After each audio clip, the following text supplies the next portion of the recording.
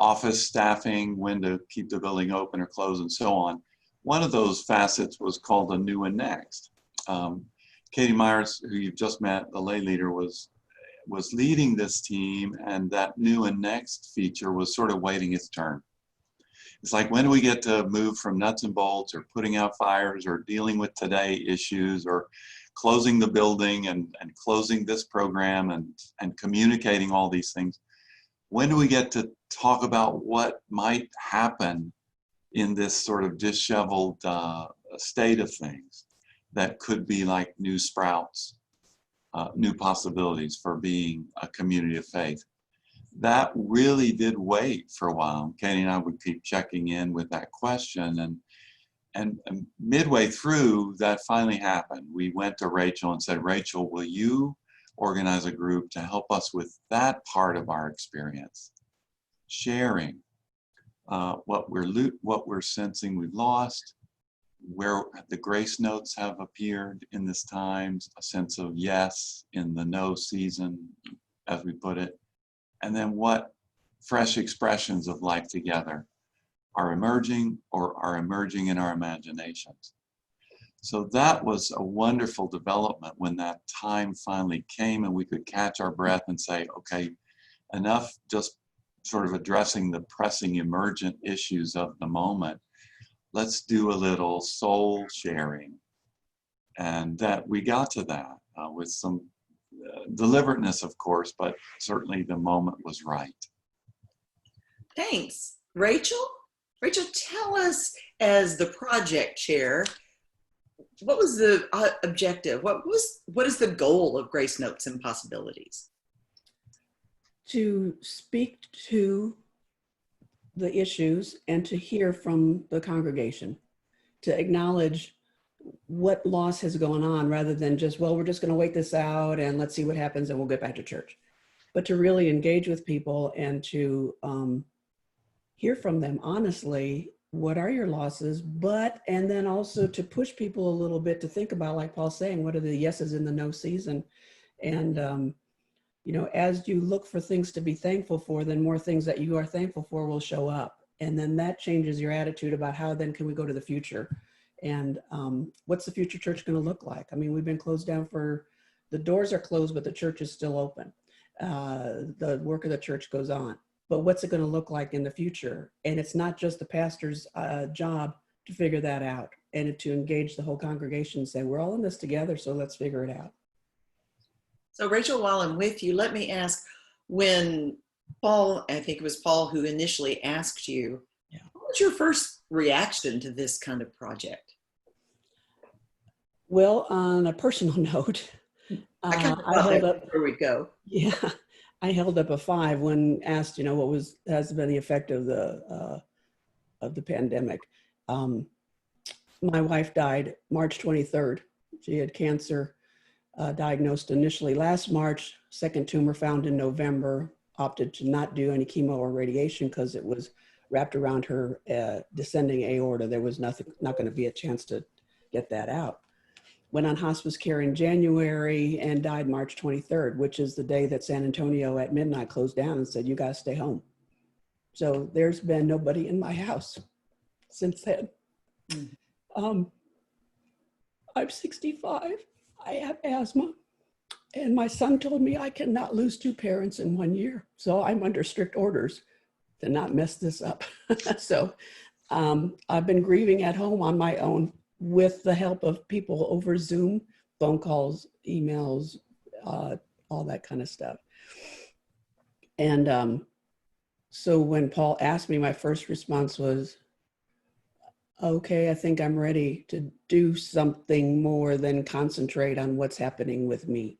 And so and I told him if he'd asked me 2 weeks earlier, I would have told him no, I just didn't have the energy to do it.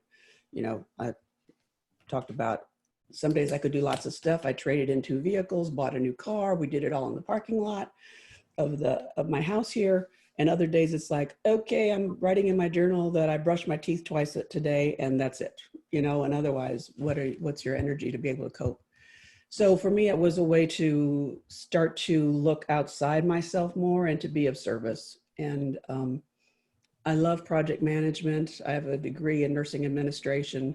So to-do list, spreadsheets, timelines, oh my, you know.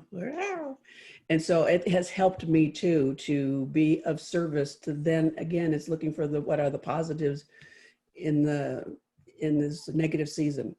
And so I told him yes. And it was interesting. I told him yes. And then a friend of mine asked me to help with another huge project. And I was able then to tell her yes. And then somebody else said, hey, do you know this Zoom thing? It's like, yes, I know that Zoom thing. I've used it for 5 years for family meetings every month.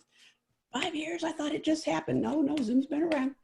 So it's, you know, the motto for our church is open doors, and it helped to open doors more for me too. And I thought, what a wonderful chance to help. You know, it's time, like I said, time to be of service. And I thought, again, it's so Paul. Instead of him saying, well, this is how we're going to do it, church, and this is how the way it goes, he's very much the servant leader to ask for feedback. Where are you? How are you doing? And what's next? And what do you need? So I was honored to be asked. And I asked that particular question because as faith leaders, it is so incredibly valuable, as we all know, to engage your community. You know, don't quote unquote do for people. You'll only go so far. When you energize your community, wow, the things that can happen. And that's been true here. Katie's a good example of that. She is a lay leader, and what a leader she is. Note that Katie is the chair of the COVID response team for Laurel Heights United Methodist. So Katie, speak to that a little. What drew you to say yes, even to that COVID response, and then to continue to be a part of the Grace Notes group? Well, you know, Paul and I have been talking about sort of the impacts of COVID since March, even before we stopped meeting in person. We've been having conversations about this. I think, in fact, we started talking about it in February. And I told Paul, I was like, I think this is something we need to start thinking about what we're going to do when it comes to us. And so, you know, I've been very aware, you know, really since the beginning of this experience, the possibilities, the opportunities that just having to, you know, start over again, as it were, in a lot of ways, presents to an organization which, you know, like most organizations, is resistant to changing things. And that, you know, what an opportunity to just try stuff that we have, you know, would never have gotten the chance to do before. And we may not like it, and we may not even decide we want to keep it, but we at least have the possibility of exploring it in a way that we just wouldn't have. So, you know, that was kind of the mindset that I was in as we entered into this whole season. And then, you know, as we moved into April and the prospects began to opening again, began to dawn, you know, we started thinking, okay, well, we need to plan for that too, and to gather that, you know, a team to put together who can address those kinds of big questions that the current apparatuses of the church just really were not equipped to do. And the staff just was overwhelmed, really, and didn't have the bandwidth to take on themselves. So that was kind of how I, you know, came to be part of that conversation about how do we continue forward? How do we make decisions? How do we just decide what we're going to do next in response to something that's constantly changing and shifting? And so that was how that COVID-19 response group came into being. And as we were forming that, again, because I'd been thinking about it for a while, this idea that, you know, let's also just talk about how we don't want to just recreate what we had been doing, but to really consider it, and whether or not that's what we actually want to make happen going forward. And that, I will admit, was actually a harder sell in some ways, really, than the nuts and bolts kinds of questions of, you know, how do you manage social distancing in a sanctuary? How do you, you know, figure out who's going to come when and how many of them can be there and all that sort of stuff. There was kind of a desire, I think, tackle those kinds of questions because they had answers that we could come to. And these bigger sort of existential questions of, how are we to continue to be the church in this context, and what kind of church do we want to be? Were a little bit maybe less appealing to people in the midst of this experience. So that's, kind of been where I was. And then, as Paul said, we just finally got to a place where that window began to open enough that we could actually talk about these big questions through the Grace Notes and Possibilities process. Yeah. And I want everyone to recognize it was very much and continues to be a process.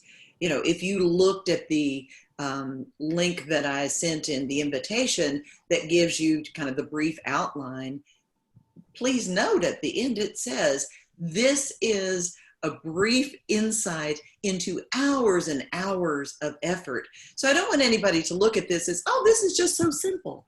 But what is particularly beautiful is the spirit of our friends who are speaking, who say, this is open source. We've put in the hours. That will at least give you a leg up if you want to do something similar within your congregation.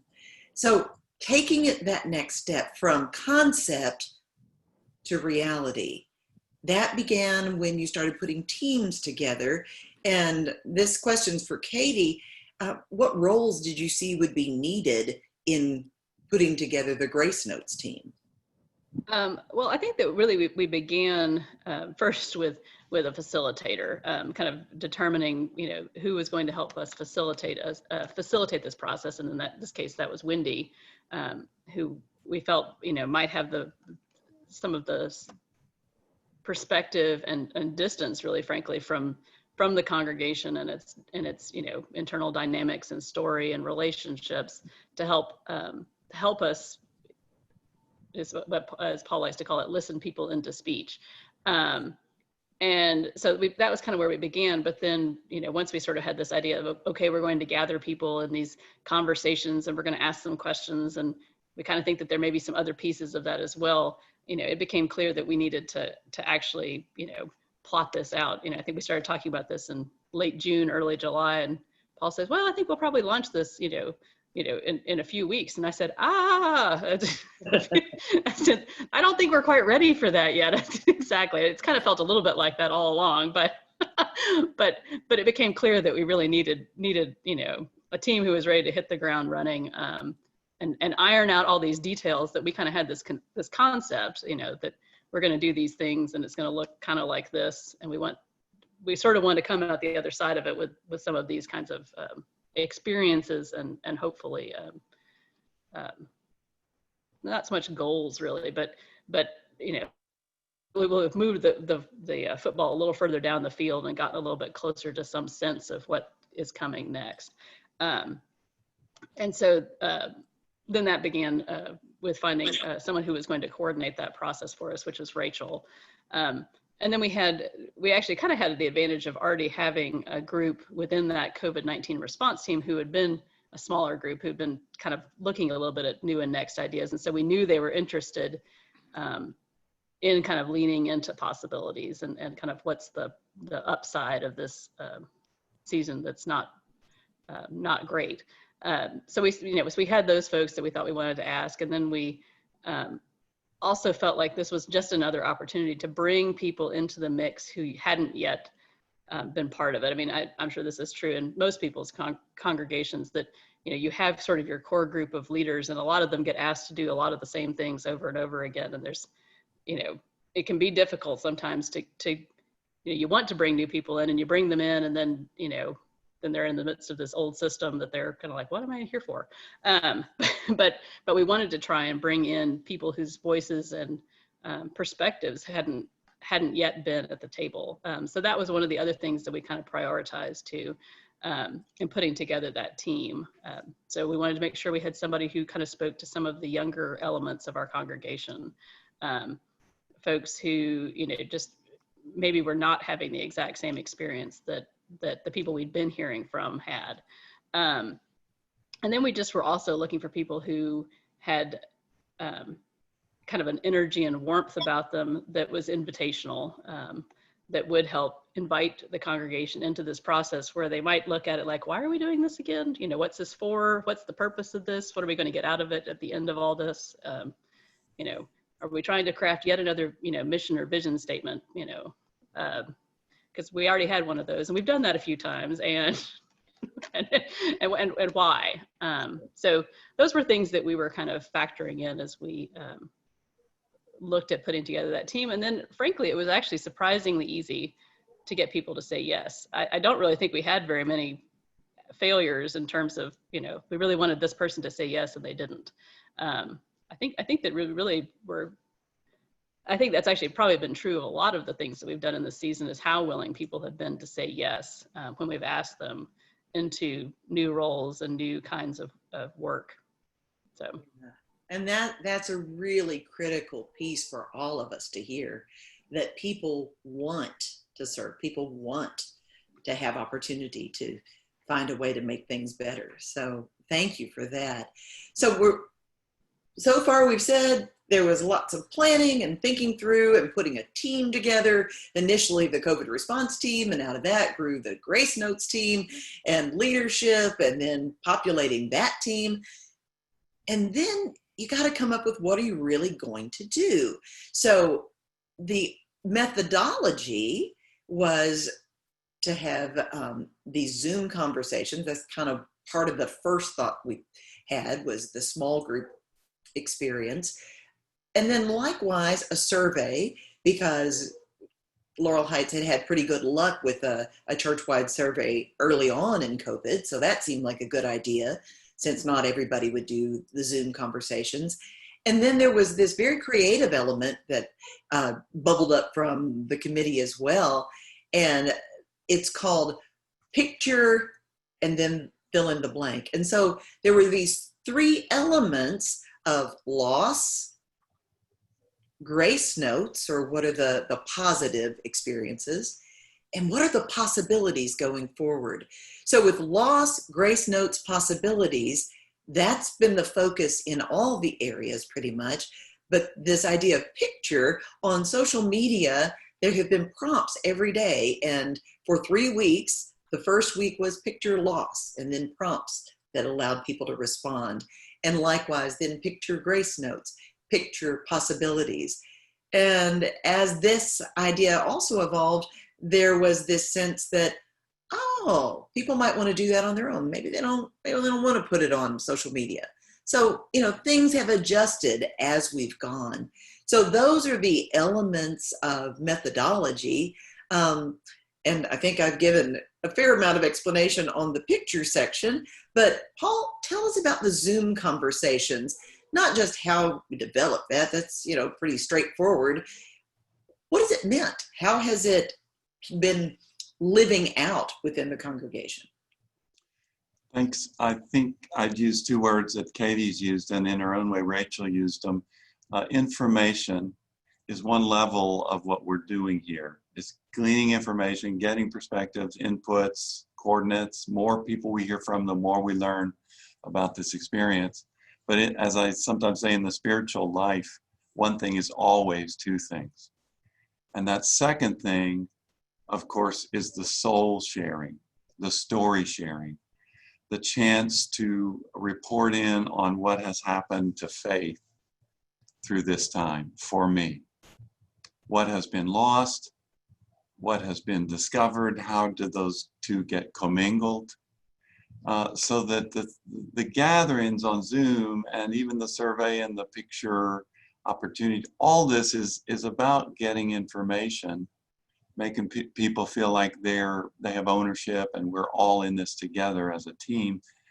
But it was really at a deeper level, sort of a mining of the soul in terms of how we've experienced this disruption in our lives. Some cases profoundly, other cases knowing others have experienced it profoundly. Either way, I get to talk about how faith becomes real in this time, right?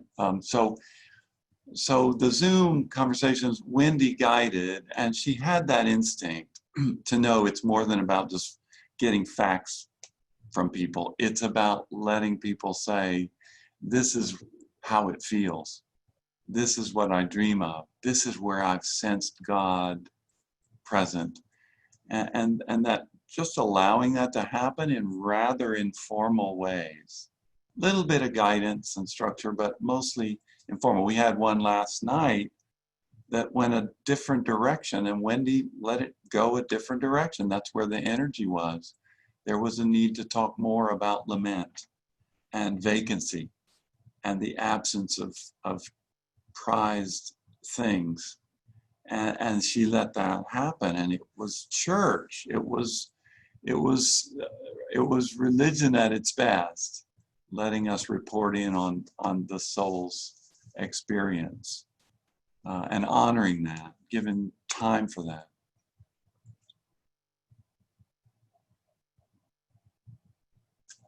Just realized I was muted. Going to ask Rachel to speak a little bit about the survey, because I know there are some of you who have indicated you're really interested in the survey aspect. And then I'm going to go ahead and open for more dialogue with the overall group, because I'm beginning to get questions on chat, but I'll be happy for you to ask your questions, because all about your engagement, right? So Rachel, you talk to us about the survey, and then I think some of the other things that we prepared will come out as part of the group question and answer. The survey was formatted to be not real long, so that people would be more likely to complete it. The 7 questions plus, is there anything else? A question at the end. And the first one, during the Zoom meetings, like Paul was saying, we concentrated on what are the yeses and the no season and what are the possibilities that you see. But on the survey, the first question is, we've all experienced some degree of separation and disruption. And then it was what we did at the beginning here on a scale of 1 to 5. What has been your personal sense of loss? And then you have a chance to elaborate on that. And then the second question is about what are the positive experiences, the grace notes, the yeses and the no season. And again, chance for people to just write, text in what they wanted to say about that. And then how have you imagined Laurel Heights can grow in response to current challenges? What new ministries, what outreach do you see as a possibility as we go forward? And then asking also, what church activities and programs have you not missed? So are there things that's like, yeah, I'm glad we're not doing that anymore. So to get that kind of feedback from folks. And then asking, have you participated in online worship services? And then giving a scale of not at all to regularly. And what other groups, teams, church-related projects have you been involved with during the pandemic? And then another, again, a pick list from that, or write in something else. And then looking forward, would you be interested in other small group opportunities? And then listing those. And again, trying to get an idea of what are people needing and what can the church do to bring people together in a different way. And then is open end. Is there anything else you wish to share with the Grace Notes team? And we sent it out as a link to online input. And then we also sent it out in an email that you could just respond via the email. And then we have about 20 people who don't do email, are not online, and they got a hard copy mailed to them through the post office. And so we're gathering all that data. And we have several people on our team who are researchers. One's a quantitative researcher and one is a qualitative researcher, which is great because not just the scale of 1 to 5 people, but what's the story in your stories, and gathering those themes, and then trying to figure out, is there, are people feeling and hoping for things in certain groups of ideas, or are we scattered all over the place? So those folks we have recorded each of the Zoom sessions, and they're getting the data from the survey. They're getting the data from the Zoom sessions, going through and picking out what information can be gleaned from there. And then also the Grace Note, the hashtag LH Grace Notes on Facebook and Instagram, where people are responding there. And that's another way to gather information. So it's an impressive team, like I told you, but what they're doing is replicable. And that's why we were eager to share it.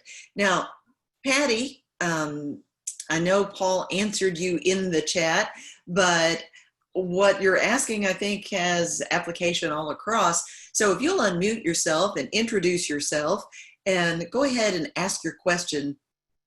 And this Sure. may become a dialogue among more than just our Laurel Heights friends. All right, thank you. Pastor Paul and team, thank you for what you've shared and looking forward to unpacking more about what y'all have done, because I'm coming from, as a church member perspective, what are some ideas to glean that I can challenge my pastor, who I love. I'm like, why aren't we doing something like this? But so I'm a member of a Woodland Baptist church. My heritage is with Hispanic Baptists, so this is the first Anglo church I've ever been a part of. And I was interested in dynamics only because of, well, the culturally how we address this as ethnic. It may be a little bit more difficult to deal with the feelings and kind of stuff. So I was just interested, and then also, and then the context of my church, it's very much brain. You know, they're not emotional. It's the opposite of Latinos. So I'm always on a learning curve. So so I was looking for a compare and contrast. But how were one of the neat things I heard in a recent Methodist dialogue is that the pastors of Methodist churches, it's understood you pastor your church, you pastor your community. So it's like, I love that. So how are y'all pastoring the community in this setting? Katie? Well, I just wanted to respond briefly to what you said about kind of the whole head-heart issue. And that is 100%, you know, kind of where we live as well. This is a you know, a congregation that really, that is not their natural mindset. There's not kind of the natural sort of setting and tone and attitude of the congregation. But I would say that over the course of the last couple of years, we've been doing a kind of gradual work at getting people more comfortable with this idea of sharing things that are more personal to them, should be kind of that heart sharing, soul sharing that Paul described. I mean, and I think really what happened in these particular settings is that some people came at it at one level and other people came at it another, and it was actually okay. I mean, it was fine that there were some people who, you know, like Rachel would share these really, you know, tender and heartfelt stories about, you know, what was really going on in their life, and there was loss and there was tears, and it was okay that was where that was their level of sharing, and it was okay that there was somebody else who was, you know, operating more at the, well, I'm not really all that fond of, you know, online worship services, and there was just a lot of graciousness and space in those conversations that just allowed for that range of responses to happen and to be valued at all of them. And I think that a lot of that, frankly, is due to kind of the way that the team, the kind of the energy that the team brought into that, into those Zoom sessions, that really had a lot to do with it. I think having someone like Rachel who was, you know, had a story to share and was comfortable sharing it, did a lot to model that kind of behavior and habit of sharing. Yeah, that's definitely true, because there were even moments when I intentionally called on Rachel next after a particular person because I could see how she was going to minister to the person who just spoke. And, you know, that, so much grace and appreciation for all the people on the team. But your question, Patty, about ministering to the community, and I don't want to lose that, because whether or not it has been this particular methodology, they have been very, very much connecting with their community needs. So who among you would like to talk about kind of the outward part of your COVID response?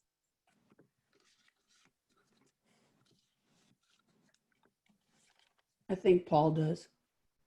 There you go, Rachel.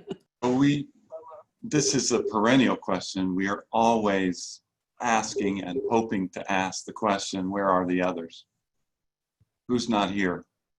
What does it mean, Patty, to put it in your words, to be a circle of community that we can see, that gathers in this space or that relates in groups, and a circle of community that is what some of us call our parish, our geography, our setting, and not just right here in this neighborhood, but the city of San Antonio and beyond. One thing we've learned is that the world is literally within reach now that we have virtual communications, right? So we're constant in that, or want to be, and sometimes we give it real creative and wonderful energy, and when we do, good things happen. We have created a Wi-Fi hotspot on our parking lot, for example, to help narrow the digital divide, because we know a lot of students, a lot of families, a lot of adults, people looking for work, whatever, to have a Wi-Fi location can make a difference. And so one of our parking lots has Wi-Fi access now. That all happened just recently. We shifted from an indoor congregational community plus neighborhood friends who joined us at random and became something of a beloved community template to closing down that Wednesday evening dinner. We couldn't meet inside without masks sitting across tables from each other. We closed it down, but we opened up a food truck on the parking lot every Wednesday night and had a meal catered from that food truck, mainly targeting families with food insecurity. We did close that down at a certain hot point in the summer in terms of case load. And the heat was also beginning to bear down on us. We must factor that in. We're considering when to re-engage that. But that's been another expression.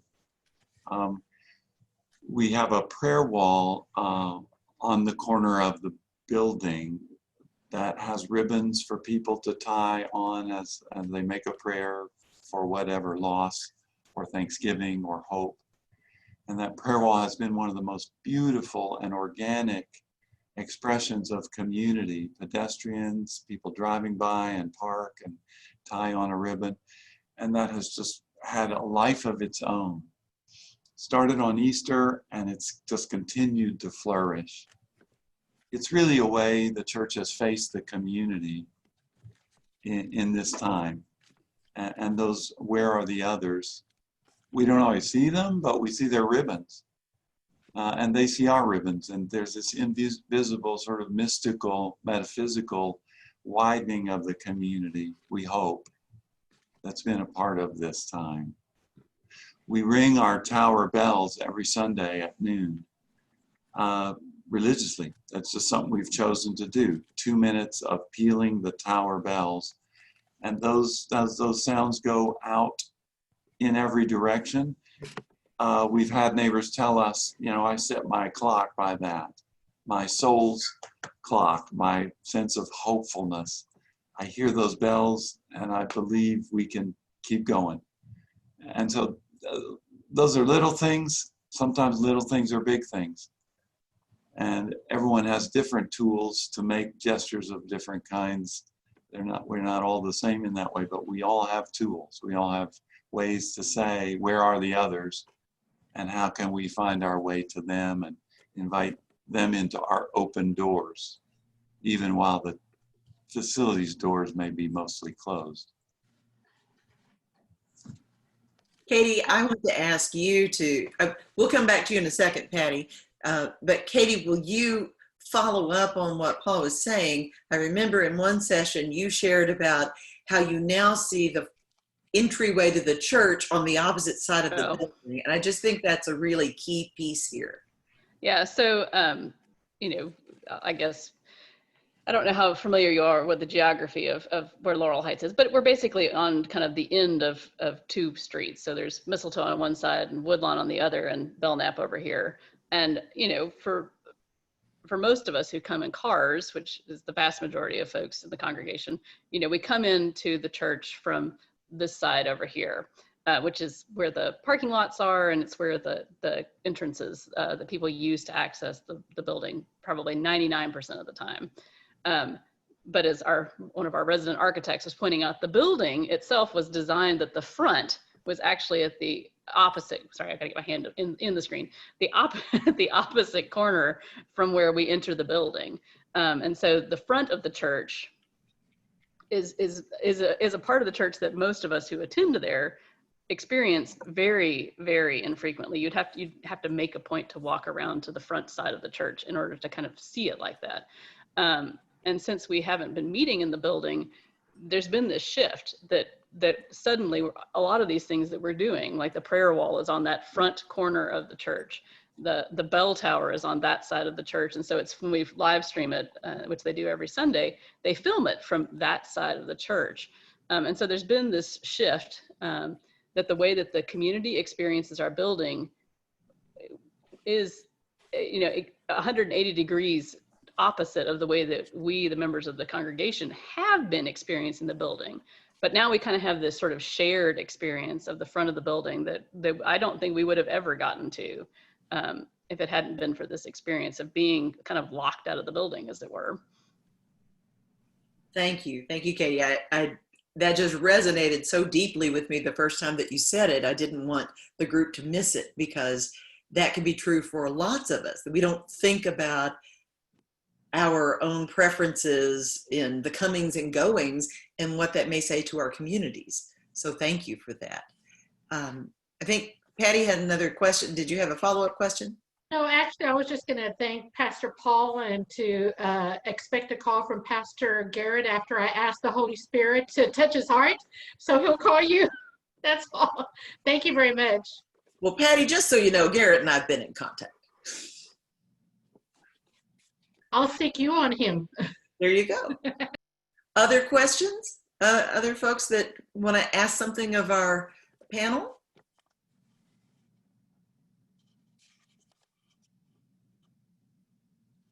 All right, then I'll go back. Oh, my friend Patty. Sorry. Well, I do. So one of the common challenges I'm hearing about with congregations is helping some of their members be techno savvy. I mean, they're especially the older the older members. So how did y'all address that so that they could be a part of the community?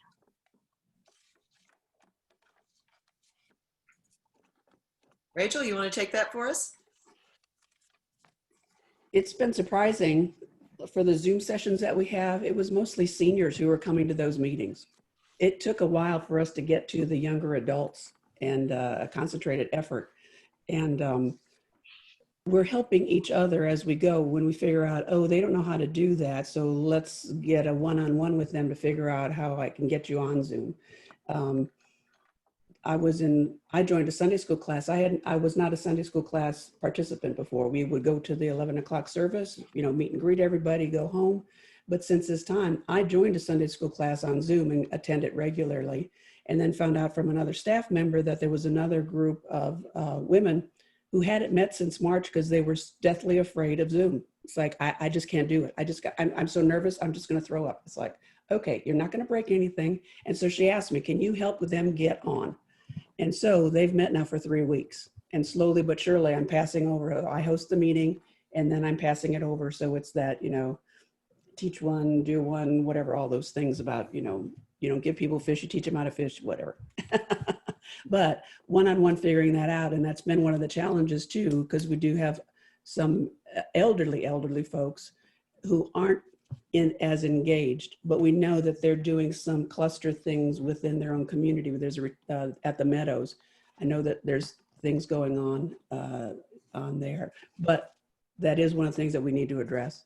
And figuring out for the folks who don't have access to an iPad or something, that's one of the things I'm thinking about. Does that need to be a budget line item in our church budget that we can bring church to you, and here's the device and this is how you use it, and set up a tech table online to help people get used to it. Yeah, and I'll just add in there from my own congregational experience that there's a particularly elderly couple, and we weren't seeing them, but I knew, okay, I think he would have interest in this. And sure enough, he got a new iPad, and the iPad made all the difference. I mean, once he had the iPad, He's regularly at church, not a problem. But sometimes you just have to figure out where people are, because I could never get in touch with them via email, but I found out he was on Facebook. So I started talking to him on Facebook, and we connected all the dots.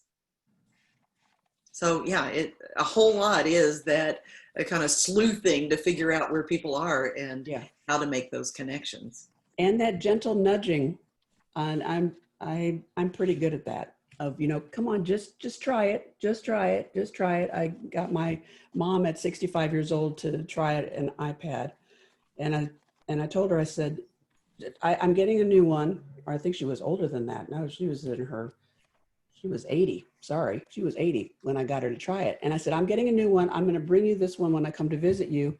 Just try it. If you don't like it, we're going to see each other in 6 months. You can give it back to me. Oh, I don't know. And she was on the computer and stuff. I said, you're solitaire. Just try it. Just figure it out. And she called me back 2 weeks later. I have bad news. You're not getting your iPad back. I just love this. So it's getting it into somebody's hands, gently nudging and helping them out. I have a friend who's 95. We got her on an iPad 3 years ago. So. Yeah. That I'm seeing tablets are very much more user friendly for senior adults. Any other questions from the group before I ask another question? All right, well, let me ask, let's see, any of you, but I can call on someone. What might you do differently? Because there's always things to be learned in the process, but hindsight, what's that hindsight 2020 of, ooh, if I'd known this, we would have done this differently. Paul, you're nodding. What are you thinking? I've been proud of my congregation, Katie, Rachel, the whole leadership team, all of us. I say we've been generous to allow for the naming of grief and lament and loss. Not shied away from that, not stiff-armed it, not said, let's change the subject. We're about faith and hope and forward direction. That's the spirit of a congregation. You can't invent that overnight. I think it's intrinsic to our place that people are not afraid to name a hurt and hold it and hold space for it. I'd say if we did anything differently, it would be to find the way to create more of that kind of space more often, maybe even earlier. I think we've done that to some degree informally on the lead up to the Grace Notes and Possibilities August month. But to allow and encourage and offer opportunities for reporting in on how is it with my soul? Where is it hurting? Where am I hopeful? Where is healing happening? Those things.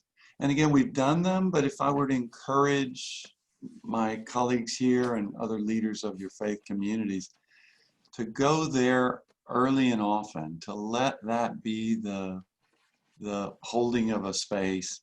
Information is important. It helps us build and shape and create and learn and be more faithful.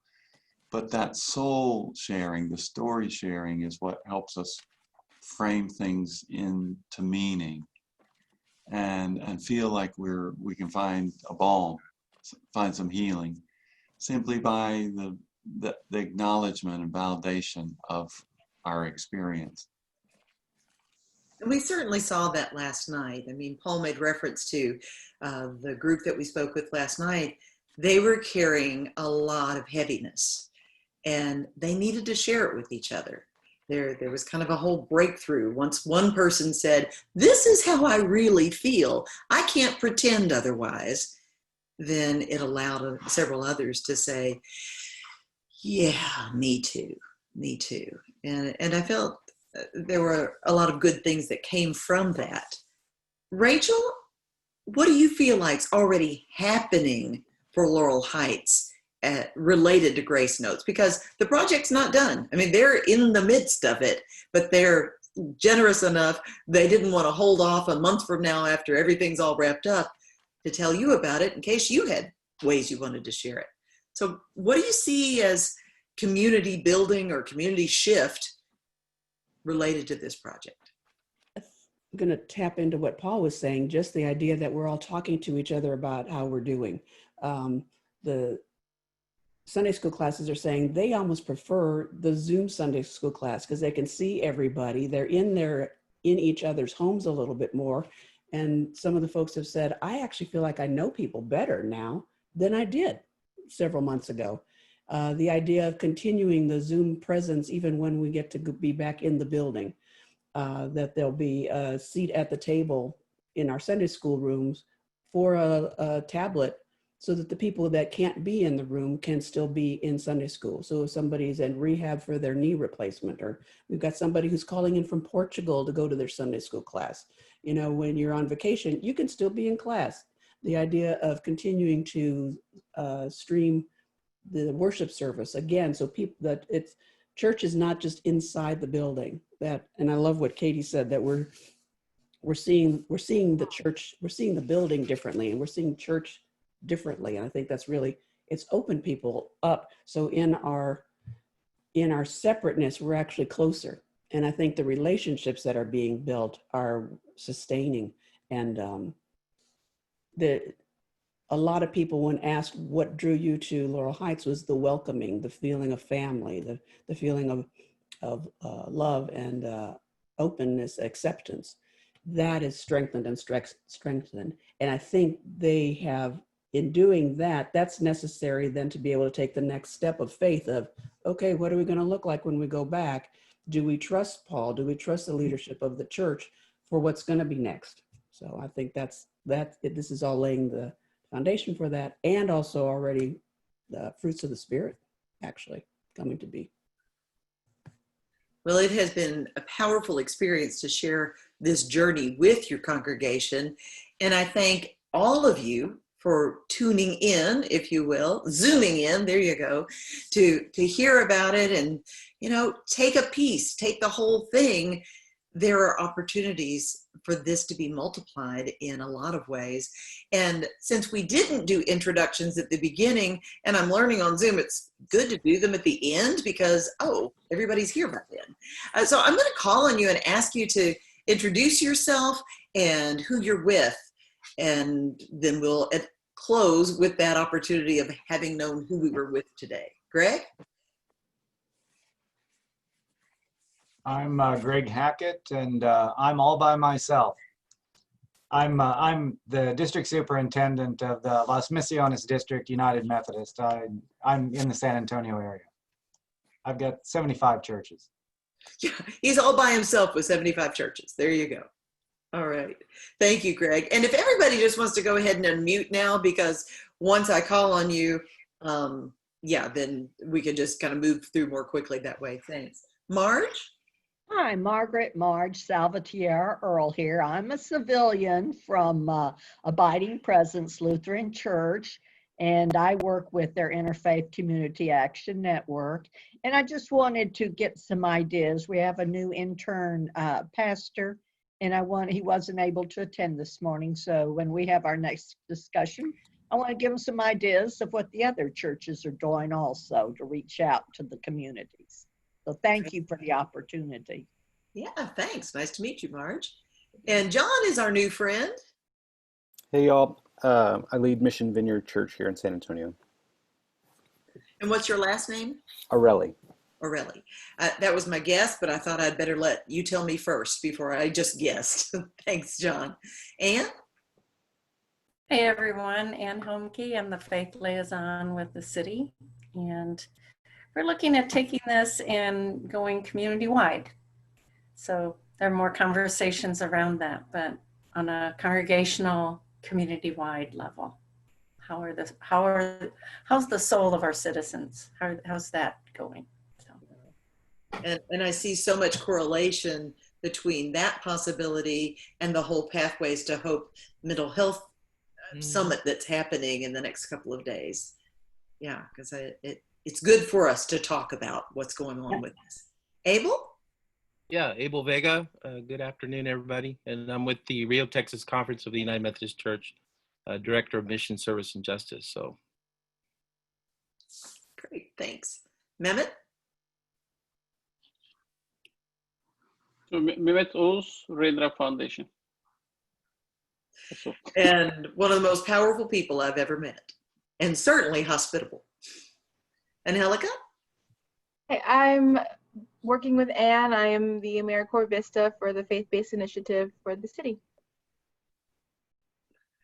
So Angelica will help connect these dots when it comes to this project citywide. And Patty, do you have anything else you want to tell us? Well, my community-based question came from serving as a social worker for 43 years, most of them here in San Antonio. I just retired in June, but I am a deacon at Woodland Baptist and serve in various leadership roles. Nice to meet everyone. And Patty's my friend. I've never heard her preach, but I hear she's a heck of a preacher. Spontaneous usually. Paul? Paul Zeese. Oh, sorry. I was talking to Paul Zeese. Sorry. I was going to say, I introduced myself earlier. Go ahead, Paul. Paul Zeese, retired Lutheran pastor, member at Christ Lutheran Church. Thank you. That's one of those foibles of I'm looking at him, so of course he knows who I'm talking to. Sumeira? Hello, Sumeira Tek with Mehmet from Raindrop Foundation San Antonio, and I have been waiting to attend these meetings for so long. Finally made it. And we're always glad to see you. Thank you. Thank you so much. Justin? Justin Lindstrom at Christ Episcopal Church, one of the clergy there. Thank you, Justin. Candace?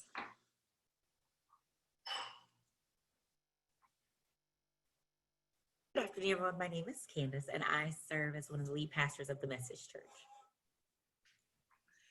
And I will go ahead and give a quick plug. Candace and I jointly do what we call Candid Clergy Conversations about racial justice. And our next one is Monday night. So if you'd like to be a part of that conversation, it's on Zoom, of course. Send me a message and I'll send you the Zoom link. We've been doing this all summer and it's been very fruitful. And I feel so close to her, even though we've barely ever seen each other in person. So it's an amazing thing what can happen through these connections. Well, I want to thank you all, particularly to Paul, Rachel, and Katie for sharing so freely, because we're all in this together. And I thank all of you for being here and lending your time.